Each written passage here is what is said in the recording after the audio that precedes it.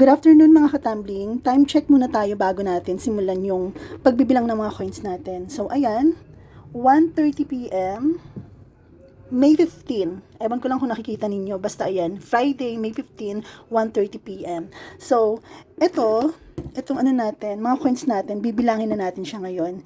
Kasi gusto ko mag-vlog lang para makita nyo naman yung mga coins natin, okay?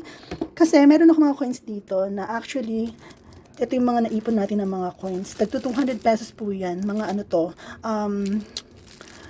tagbe 20. Bawat isang ganito, 20 pesos po yan. So, meron tayong 100 sa taas, meron tayong 100 sa baba. Bali 200 pesos yung isang plastic po ng mga coins natin. So, ayan yung mga naipon natin.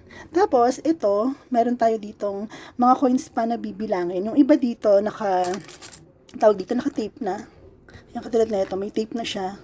Tapos yung iba naman dito, ayan, wala pang mga tape to. So, combination to ng 5 pesos, 10 pesos, at saka tagpipiso ng mga coins. And dito naman sa side na to, ito yung mga iniipon natin for the month of June. Ito yung 20 pesos natin. Pero hindi natin to bibilangin kasi sa June pa natin to bibilangin. So, dito tayo mag-focus sa mga coins na to.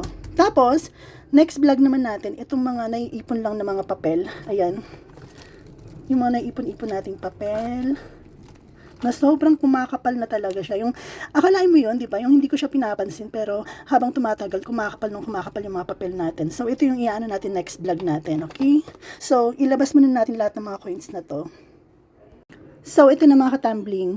Natanggal na po natin yung mga coins natin. So, ito siya. Meron mga tagpipiso dito, tagpa 5 at saka tagpa 10. Tapos, ito yung mga naka-roll, naka-tape na sila, ayan. Yung ganito nga, sabi ko sa inyo, di ba, 20 pesos, yung isang ganito, ayan. So, ayan, kayo nang bahalang ng math, ayan. So, 20 pesos, 20, 20, 20, 20 equals 100 pesos. So, 100, 100, 100, 100, 100, 100. Tapos, dito naman, meron tayong mga dito, 5 pesos na naka-tape na din siya. So, bawat isang ganito, 100 pesos. So, ayan. Meron na rin tayong 100, 200, diba?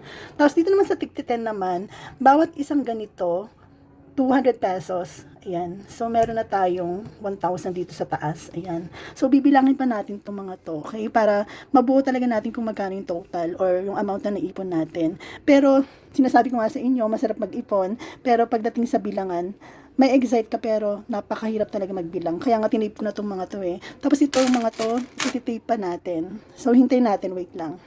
So, ito na mga katambling. Ito po yung mga naipon natin coins. Ayan. Uulitin ko lang sa inyo, yung isang ganito, 20 pesos. So, bahala na kayo mag-calculate dyan. Ito, 20 times 5 equals 100. So, meron tayong 100, 2, 3, 4, 5, 6, 7. 700 na tagpipiso. Tapos, dito naman sa 5 peso coins natin, meron tayong naipon na, ito, yung ganito, 100 pesos po yung isang tape na ganito. So, meron tayong 1, 2, 3, 4, 5, plus 500 equals 1,500. Tapos dito naman sa tig-10, meron tayong naipon na ito yung ganito, 200 pesos po yan. So ang naipon natin ay 1,800 pesos. Pero hindi pa natin sinama itong mga to, itong mga butal na to kasi wala, kulang na eh. Kaya hindi ko na sinama itong mga butal-butal na to. So again, ito na. Meron tayong 1, 5, tapos 10, tapos ayan. So, tagpipiso nakaipon tayo ng 700. Sa tagpa 5 naman, nakaipon tayo ng 1,5. Tapos 1,8 naman sa 10 pesos. So, ayan. Bahala na kayo kung paano nyo i-calculate. So, ayan. 20, 2, value 4. Ay, 20 lang pa lang. Ayan. So, meron tayong naipon na 4,000 pesos. Sa mga barya lang to. Okay, sa mga barya lang. So, wag niyong mamaliitin yung mga barya kasi pag pinagsama-sama yung mga barya na yan, lumalaki yung halaga nila, di ba? So, ayan, akalain mo naka 4,000 tayo dito sa mga barya na to, di ba? Tapos, itong mga tagpipiso na to, ilalagay po natin to sa plastic para maging ganito na siya. Yan, lalagyan din natin ng indication na tagto 200 pesos bawat plastic na ganito. So, ayan, medyo marami-rami tayong mga naipon na yan, tagpipiso, tag 200 pesos po yung isang plastic. Tapos, pwede nating i-deposit sa bangko. Kasi nagtanong din ako kay Ate Annalyn Pineda. So, shoutout kay Ate Annalyn Pineda, yung naging friend ko dun sa, sa BPI. So, sabi ko, pwede po bang mag-deposit ng tagpipiso? Ang sabi niya, oo daw. Kasi isa daw yun sa pinaka-priority nila yung mag-deposit. Pag may nagde-deposit ng mga coins or tagpipiso, tagpa 5, kahit ano pa yan, yung priority nila, tatanggapin nila yung kasi wala silang karapatan na tumanggi sa mga nagde-deposit ng coins. So, ayun. So, pwede natin itong i-deposit. Yan.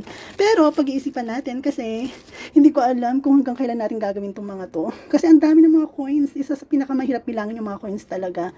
Tapos, alam mo, para tayong nagtitinda or para tayong may piso net or may computer shop kasi sobrang dami nga ng natin, mga tagpipiso natin. So, anyway, hanggang dito na lang yung video ko and sana nag-enjoy kayo and sana ma-inspired din kayo para yun, 'di ba? Mag-ipon din kayo para hindi lang kayo nanonood. Pag na-inspire kasi kayo sa isang video, yun, susunod kayo. So, sana mag-ipon kayo kasi marami tayong magagawa pag marami tayong ipon. So, ayun lang and sana yumaman na tayo. Charot! Bye!